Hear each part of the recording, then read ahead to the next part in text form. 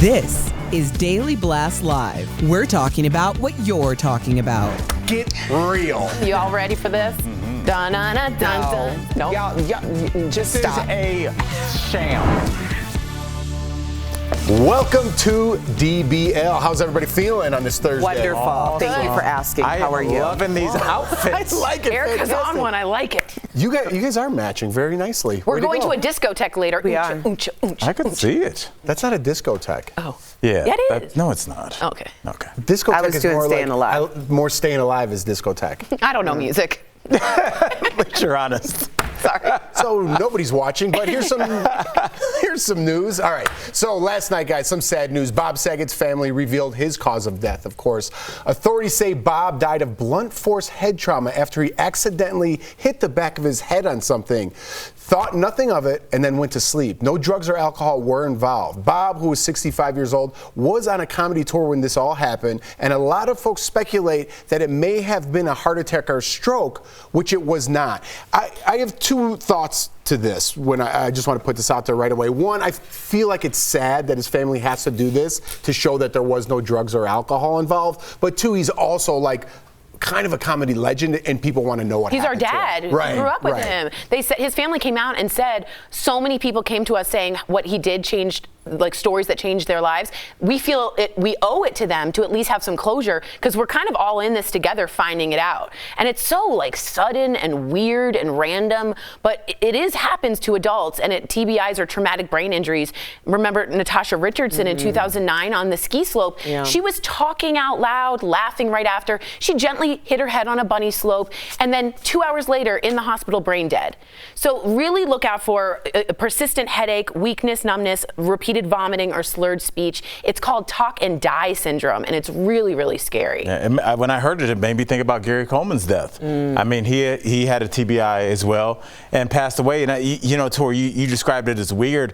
And it's weird that such a legend would pass like that. But the sad thing is, and almost the weird thing is, it's not that weird. Right. To bang like your a head, fall. you kind of do it all the time. I remember one time I was getting something out of the dishwasher, and I stood up, and the cabinet was open in just a corner. And you stand up with all and I mean, I saw stars. Yeah. And I was in my own kitchen. So it's not that crazy for you to bang your head on something. Not only that, but you can get a brain injury without actually ever hitting your head. Because I fell down the stairs one time and I never hit my head. I just hit with such force that it Jiggled. rattled. Yeah, it rattled my head. And I went to the doctor because I was feeling so sick, and I never even made the correlation that it had something to do with the fall. Wow. And the doctor was like, "You have a concussion, like just from like walking down the stairs with a laundry basket and hitting my butt. Like I fell on my butt." Wow. So it jarred. So just be careful. I mean, even if you need to go to, an urgent care or something to get checked out to make sure that you're okay, because it's really nothing to play with. I think that's where it comes into play, though. Like Bob Saget's in a different city, right? He's not at home. He bumped his head. He's like, you know what? I'm fine. I cut my finger off. Not off, it's still there. But I mean, I probably should have got stitches, but I'm like, I'm not gonna go get stitches. You know what I mean? So I think a lot of people, it comes down to that life or death decision, but not knowing how important it is to go get checked out, right? Yeah, the brain isn't something you mess with because it's soft, and if it hits the skull, there's nothing else there to go but bleed. Yeah, and Al, I think I saw something about concussions. We'll move on. It's not the impact necessarily of the hit, it's the jostling of your brain, kind of what you were talking about. Yeah, it's because your brain is basically sitting in a fluid. It's almost like a yolk, an egg yolk. And so like when it hits the back of the shell, which is your skull, that's where you get that trauma. So like a lot of times when I'm watching boxing or you watch the UFC, when somebody gets knocked out and they fall backwards, yes, the punch is bad, but it's them hitting the back of their head on that canvas. And if you've ever stood on a boxing canvas, that's the scary part. So it's just it's just such a precious. Absolutely. Man. Absolutely. All right, moving on, guys. Dave Chappelle attended a public hearing in the Ohio village he lives in to oppose a housing development plan. So at the meeting, Dave threatened to pull a restaurant and comedy club he plans to build in the town of Yellow Springs if the proposal, which included affordable housing, went through. Let's watch. Cannot believe you would make me audition for you. You look like clowns. I am not bluffing. I will take it all off the table. That's all. Thank you. Seemed like he was serious, and a lot of people thought he was up there to tell some jokes. It's not clear why Dave and some other residents opposed the plan, which was shot down after a vote. Yeah, like I was saying, it seemed like he was being quite serious, and other people were just laughing because it was Dave Chappelle. I mean, I'm happy he's civic-minded. I don't know the details of what he wanted, but I'm happy. Dave has always been very part of his community in Ohio. It's in a very sort of small town, and people say he's very civic-minded. And I mean, that's great if you want it. I don't know the details of that, but it's funny because anytime you go to a microphone, you start to laugh. It's funny. It's the same like Heather McDonald fell. She passed out. We did this story yesterday, and people kind of laugh because you're like, is that part of the bit? Yeah. You know? Yeah, I just, I'd like to. I don't know why he was against the affordable housing. I thought that was strange. As memory serves, Yellow Springs is right outside of Dayton, I believe, and Dayton is a community that's kind of on the come up, and so there are a lot of people that are trying to revitalize that city, and affordable housing would help that. So I would be very curious. I'm not making any judgments right now because I don't know. Right. I'd be curious to know why he opposed that. So I'm getting something in that apparently the housing development, we're going to come close to his property that he was building, whether it be the restaurant or comedy club. That's what we're getting right now. Yeah, I think once I heard the affordable housing, I was like, oh, okay, so this is an attempt to make it seem like he's opposed to affordable housing when it might have more to do with him being opposed to a zoning issue. Right. I mean, zoning is a very critical point. We, as homeowners, have had to undergo some zoning issues. Yeah. And it changes a lot about your property value, how you can come and go. I mean, we were basically locked out of our driveway for a few years while they did this big expansive plan. So it doesn't always come down to like the hot button topic. And I'm sure there's more to it. I'm going to be 99.9% sure that Dave Chappelle isn't opposed to affordable housing. I would go with you on that bet. Yeah. And just from my Bravo experience of real estate, you don't want that zoning to block your view or something like that. Not only that, but it also can change whether or not snow stays on your property for an extended amount of time. Plow routes. Yes, it does. Wow. I Well, just figured that out. Sun, I would have. I'm more of a Yeah, tropical the plow fake route. real estate agent than a winter one. Yes. Okay. But I feel you. we could bring our clients together. You don't have any. Yeah, we do in our imaginary Bravo world. Me and Erica have a show. So sorry. Love it, Selling listed, DBL. Denver. There you go. So sorry. Coming up on DBL, our interview with Jillian Michaels from The Biggest Loser, how she's defending herself after getting attacked for her take on body positivity, and going to great lengths to keep this year's halftime Super Bowl a secret, how organizers are making sure all stays under wraps. Closed captioning provided by This February, connect with Al, Tori, Erica, Jeff, and Sam. Leveled up. I'm here for it. Real conversations are on DBL. I like that. Very nice. DBL, all new, every day. Hey guys, if you don't know what Wordle is, and Ira, you need to pay attention to this. Wordle is a game a guy named Jonathan Wardle was British, and he had a girlfriend, and she liked to play games, so he came up with Wordle. And you can go to Wordle, it's not an app, you just go to Wordle in Google, and it's the first website that comes up. And everyone in the world gets the same word. And it's a 5-letter word, and you have to guess it within 6 times. And no, he does. I don't know why. Anyway, it's very simple, but sort of very fun to start the morning with. And it's become this. Are you sleeping? Wait, you don't do Wordle? Can you, Michael Dean? Do you come over? Al's sleeping on Wordle. Can you explain how good it is? Anyway, they're fun words like humor or medic, and you have to guess. Wake up, Al. Tell him how good Wordle is. I mean, it's super simple to play. There's only one puzzle. There's only one puzzle a day, so you can't get too obsessed and too into it. Ads that pop up. For me, there's no puzzles today.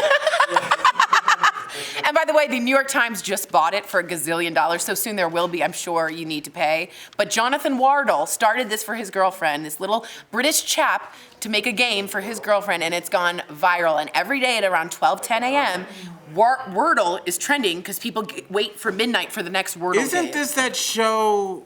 Yeah. Chain Reaction? And if you get a letter right, it goes yellow. But if you get a letter right in the right place, it goes green. So that's how you find it. So you want to start with a lot of vowels, find your P's, your R's, your STLNEs if you watch Wheel of Fortune. I was down to the last 3 to host Chain Reaction. I didn't know how the gameplay worked because I got the audition overnight on the Wi-Fi on the plane coming home from So you just country. went blind? Yeah, I didn't know what the game was. So I'm like trying to look at what the other auditioners. I'm like, what is this game? Only Al. Yeah, I bet he totally got it too. That's so annoying.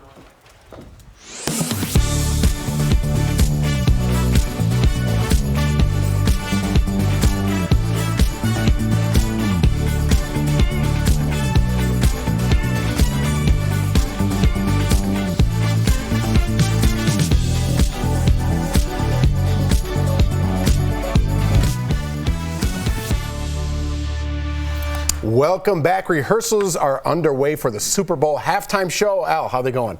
They're going very well. I was not ready for that. So hip-hop legend Dr. Dre, Eminem, Al, Mary J. Blige, Snoop Dogg, and Kendrick Lamar are headlining the event, minus Al. But organizers are going to great lengths to keep the show under wraps. So according to TMZ, SoFi Stadium just outside of LA has been blaring music like Bon Jovi's Livin' on a Prayer and the Red Hot Chili Peppers to make sure people in nearby residential neighborhoods don't hear the actual songs for the halftime show. We've been talking about this all day. I think everybody is really excited for this year's halftime show.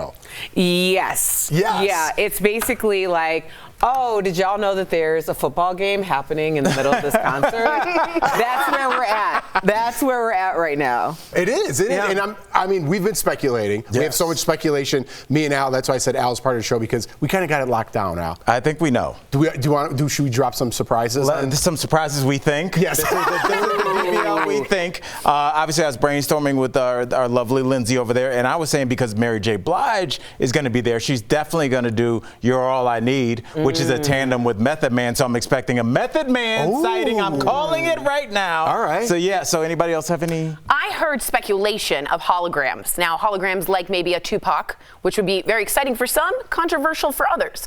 And I also heard there might be some deaf rappers that join, like Sean Forbes. That might be really cool.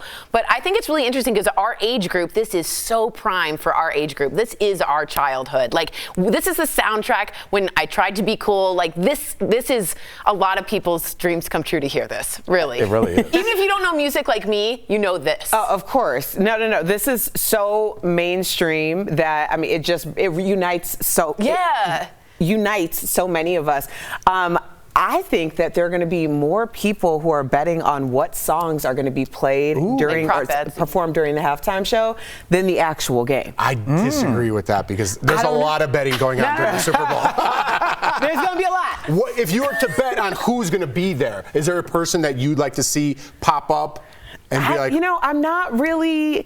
I mean, it'd be great. If there are pop-ups, they're going to be amazing, but I don't feel like it's needed. There have definitely been halftime performances where you're like, yeah, you might want to pepper in some people. This, everybody's already peppered in. I think the more the merrier. Yeah. Which is a great hip-hop saying. Deregulate coming on. Yes. I believe that was a line from Tupac's song. The more the merrier hip song. All right. Keeping up with our big theme, could we see the Super Bowl move to a Saturday? Oh, this would be the best. A new study surveys, my favorite, polled 2,000 fans. Why'd you poll 2,000? Oh, wow. Oh, boy. Found that nearly half of them want the big game moved to Saturday. That may be because 14% of Americans call in sick the next day. Listen, would you want it on Saturday? Let's poll ourselves. I'm Saturday? not even doing this. I've been in media for 20 years, and we've been doing the same story about how everybody wants to move to Saturday, and it has not happened. So nope. But you would like it moved to Saturday, so you're part of. I would say this, the only difference between since you've been doing it forever is now I feel like the public can cause some shifts with social media. And I think if enough people were like, we want it on Saturday, I think it could happen. I really do. I just think after the pandemic, we've all had it really rough for 2 years. Just give us that, either move it to Saturday or give us the Monday off. Like, just let us have a day. I think Monday off would actually be the better move because the city then still gets their income, right? They're missing a whole day of income if you move it to Saturday. If you make it a holiday, listen, are we done with Columbus? I think we're done with Columbus. let's switch it to the Super Bowl, right? I mean, A lot of people keep the actually day want off, that. right? Right. That's a good point. Yeah, there's a lot of people I think we there's can a lot of cancel. If we're going to holidays cancel, that let's need use to it be to our switched Super out. Bowl power. There you go. I think there should be a day where you get to ask somebody who you just been calling buddy, like, what their name is. Yeah, that's because fair. everybody's got somebody where you're like, hey, what's up? And you're just like, I don't know. Like Ask a Name Day, If you National Ask a Name. just like, and it's Yeah. okay and it's not rude. Would everybody not take? Yeah. Yes, it's a thing. No, it's too late. My vice president right there. We'll be right back. We all know.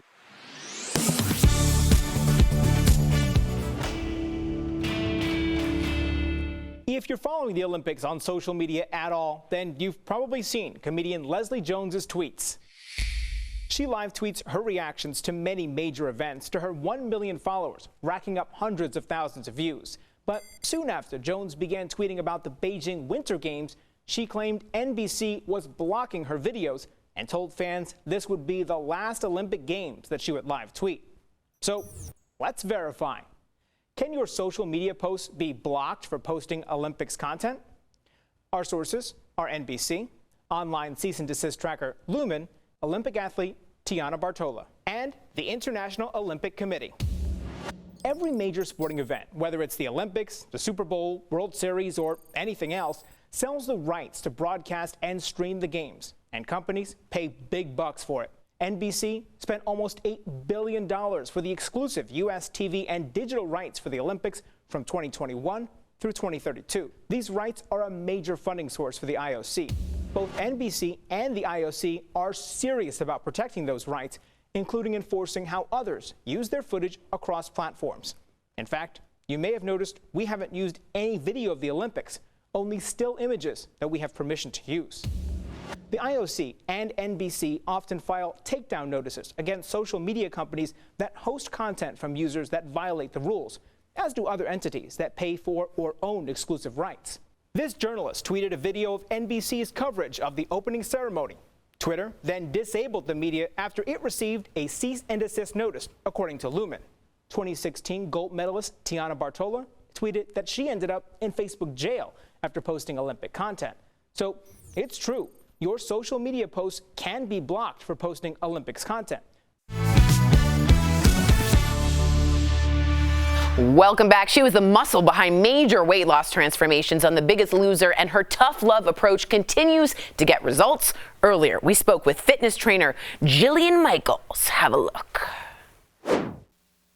We're so happy that you're able to join us because we love that you talk a lot about body positivity. So here's the thing about it, though. Some people get misconstrued with like those hot button headlines when in reality there's a conversation underneath it. So when you try and talk about body positivity, I know that sometimes it can get twisted. So is it okay to embrace being overweight if you're healthy? Can you be fit and quote unquote overweight? You have to embrace your body no matter where you're at on your health journey, because you should be working out of self-love, right? If you want to have physical health, that only comes from a place of feeling worthy and deserving.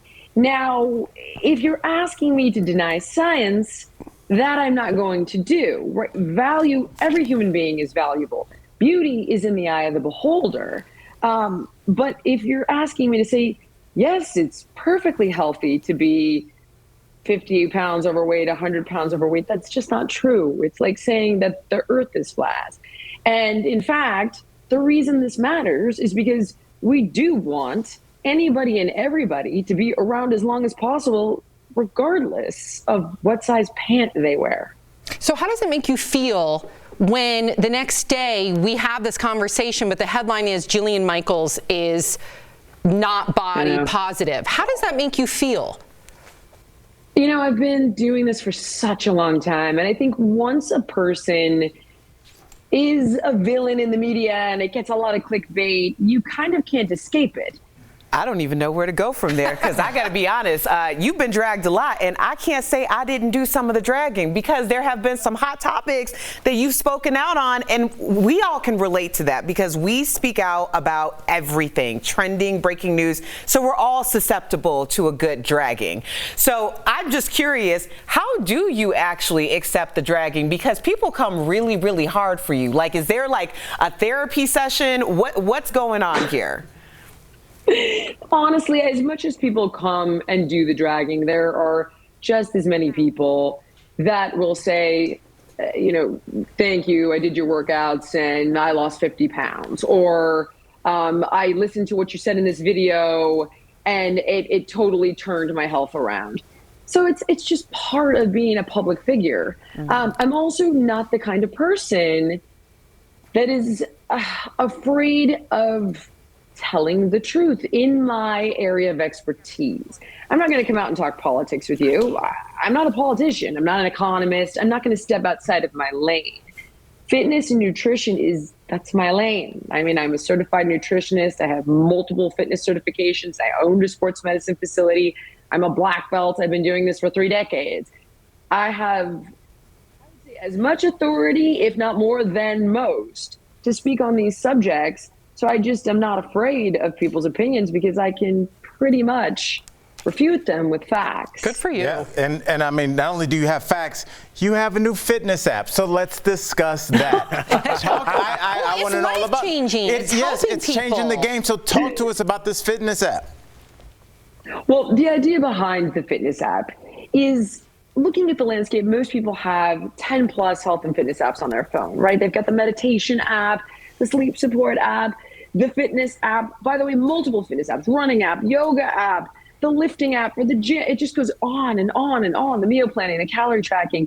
We decided that you should have a one-stop shop for the same price that each one of these apps costs individually, that personalizes your fitness, customizes your meal plans, offers meditation made simple, sleep support, community coaching, usable on any device at any time. So that's the idea, is giving everyone the tools to achieve any health or fitness goal they set for themselves. Good for you, Jillian. I'm here for it. Honestly, we are all here for it, and I just want to wear my hair like yours because you look super cute and peachy and cool. So thank you, Jillian. DBL Nation, you can download Jillian's fitness app by visiting JillianMichaels.com. We'll be right back. Thank you. Promotional consideration is brought to you by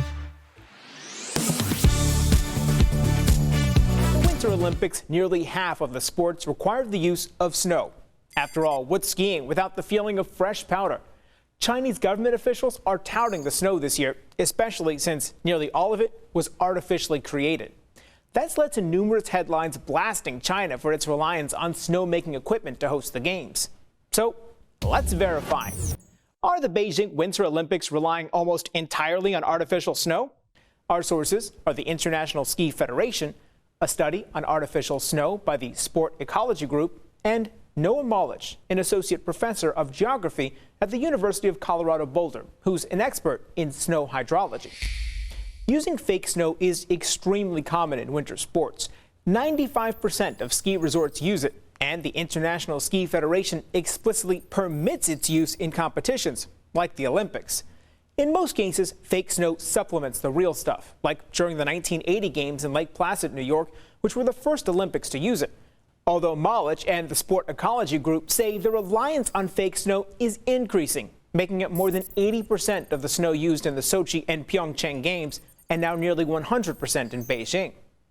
This is the first time the Olympics have been held in a place that is entirely reliant on artificial snow. So, it's true. The Beijing Winter Olympics is relying almost entirely on artificial snow. Malich says downhill events like alpine skiing will have a more consistent and faster course, but aerial sports like the halfpipe could be more hazardous to athletes who lose control. Artificial snow tends to be a lot more dense, a lot icier, a lot harder, more like concrete once it's formed on the ground. Whereas natural snow can be more like a powdery snow, lighter and fluffier. With your Verify, I'm Brandon Lewis.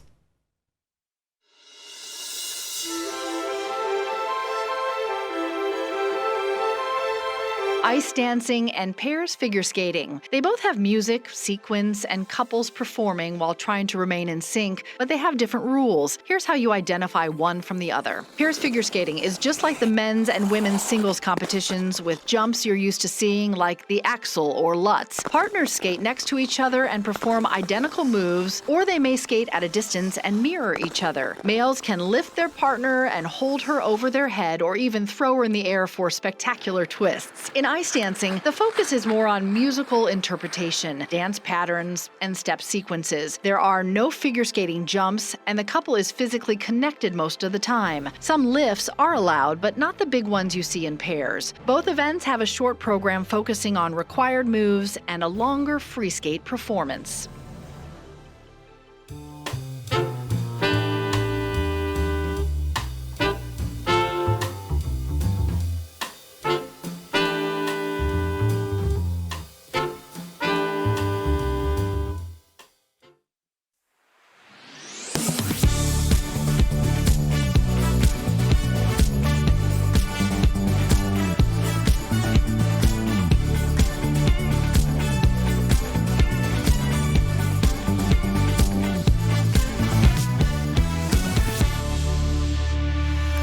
Welcome back to DBL. Check out these deals Steph showed Tori from our friends at morningsave.com.